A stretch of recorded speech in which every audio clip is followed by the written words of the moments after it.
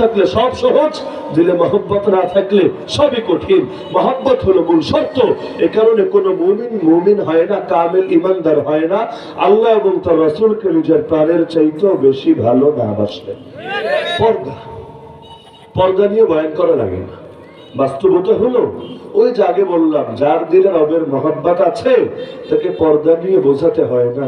যার দিলে রবের মহব্বত নাই, ওরে বছরের পর বছর বোঝাইয়াও লাভ হয় না।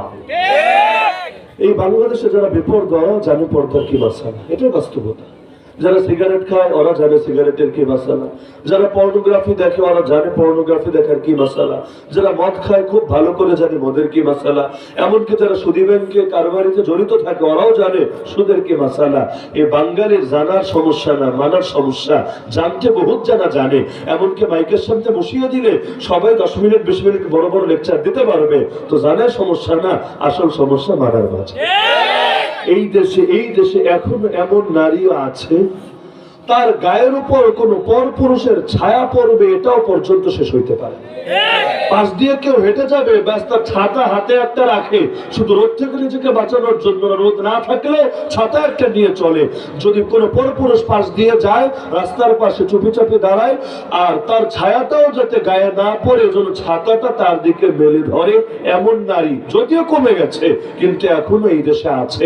তার পোশাক কোনো পরপুরুষ দেখবে যে গোসলের পরে কাপড় শুকাতে দিয়েছে, কিন্তু কোন পরপুরুষের নজর পড়বে পোশাকের দিকে, এটা পর্যন্ত তার গায়রতে সহ্য হয় না। পোশাক দিলে আড়ালে দেয় অথবা ঘরের মধ্যে ঢেলে দেয়, এমন জায়গায় দেয় না। আর স্বাভাবিক পোশাক ওনার কথাই ধরে, অন্য গোপন পোশাক বাদ, এটার দিকে কোনো পরপুরুষের নজর পড়বে এটা পর্যন্ত তার ইগোতে সায় দেয় না, তার ঈমান তার গায়রত কবুল করে না।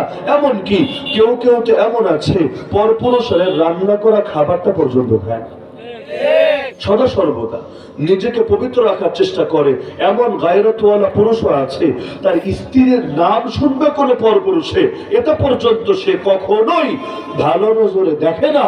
যদি নাম বলতে একান্ত বাধ্যই হয় তো ডাইরেক্ট বউয়ের নাম না বলে বাচ্চার নাম দিয়ে বলে অমুকের আম্মা।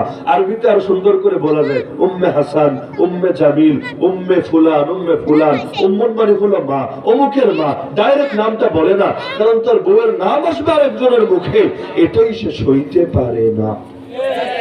একদিকে এরকম গায়রতের অবস্থা, আর একদিকে তার শরীরের সঙ্গে পরপুরুষের টাচ লাগবে, কিছু বলেই হবে না, উল্টো নিজে ধাক্কা দিয়ে চলে যাবে, তার মাইন্ডে লাগবেই না। বাপ তার মেয়েকে নিয়ে রাস্তায় হাঁটবে, কিন্তু মেয়ের শরীরের পোশাকের এমন অবস্থা যে এলাকার বখাটেরা পর্যন্ত কামুক দৃষ্টিতে তাকাচ্ছে, কিন্তু বাপের কলিজার মধ্যে এতে কোনো আঘাত লাগবে না। আবার এমন জামাই এমন স্বামীও আছে নিজের বউকে গোটা জাতিকে দেখানোর ব্যবস্থা করে দেবে, ফেসবুকে ছবি আপলোড না দিলে তার ঘুরতে যাওয়া সার্থক হবে না। এখন যেখানে ঘুরতে যাক না কেন, গিয়ে সেলফি একটা তুলে, হ্যালো গাইস কেমন দেখা যাচ্ছে আমাদেরকে, ফ্রেন্ডস কমেন্টস করে অপিনিয়ন জানাও, উৎসাহ পেলে ছবি আরো দেব। এখন তার স্ত্রীকে নিয়ে কতজনে করে মন্তব্য করতে থাকে, কত রকম কথা বলতে থাকে, আর এটাতেও তার ইগোতে লাগে না, তার গায়রতে লাগে না।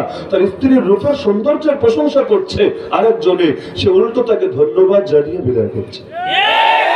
একদিকে এত বড় তাকওয়াওয়ালা, আর একদিকে এত বড় দায়ুসওয়ালা, বেগায়রতওয়ালা, দুটোই সমাজের মধ্যে আছে। তো এখন এই পর্দার বিষয়টা এমন, আর এই বাংলার বুকে এমন মেয়েও আছে যার বয়স 5-6 বছর মাত্র, কিন্তু এই বয়সেও হিজাব নিকাব ছাড়া ঘরের বাইরে যায়।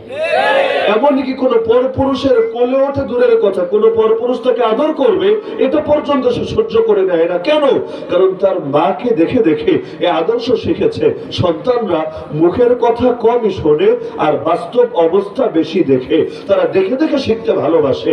আপনি নামাজে দাঁড়ান, আপনার পাশে পিচ্ছি বাচ্চাটাও এসে নামাজে দাঁড়িয়ে যাবে। দিনদার যারা আছে তাদের বাচ্চাদের জীবনে প্রথম খেলাই শুরু হয় বাপের দাড়ি দিয়ে। বাস্তব কিনা? বাপের দাড়ি দিয়ে খেলতে বড় ভালোবাসে, দাড়ি টেনে ছিঁড়ে ফেলতে ভালোবাসে, এটাতে তাদের বড় আকর্ষণ।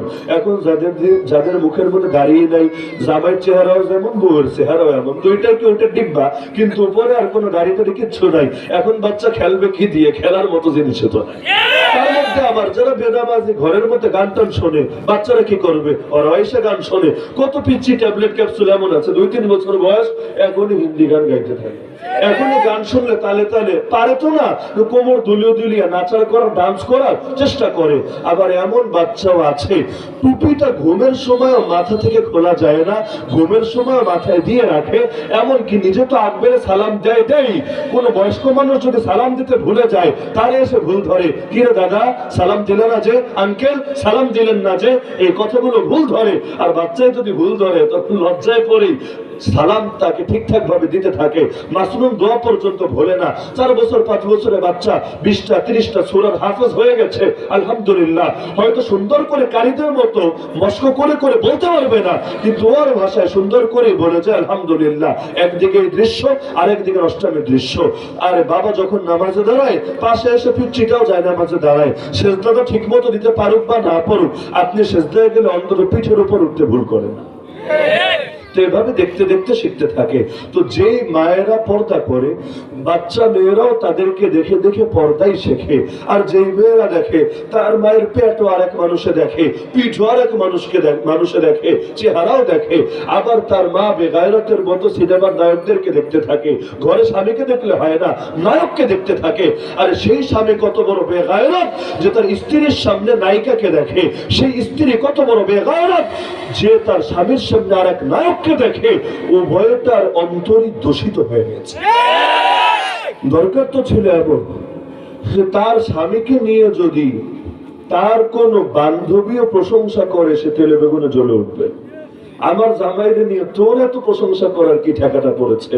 কিন্তু এমন একটা হালত, এখন যদি বান্ধবীর নিয়ে ঘুরতেও যায় এটা মাইন্ডে নেবে না, আরে মন তো ফ্রেশ আছে। এমন এক সমাজে উপনীত হয়েছি, আপনার স্ত্রীকে যদি কারো সামনে এক লোকমা খাবারও তুলে দেন, কারো মানে বাইরের লোক না, ধরেন ঘরের আপনার বাবা মার সামনেই, বলবে আরে ছেলেটা তো পুরোই নষ্ট হয়ে গেছে।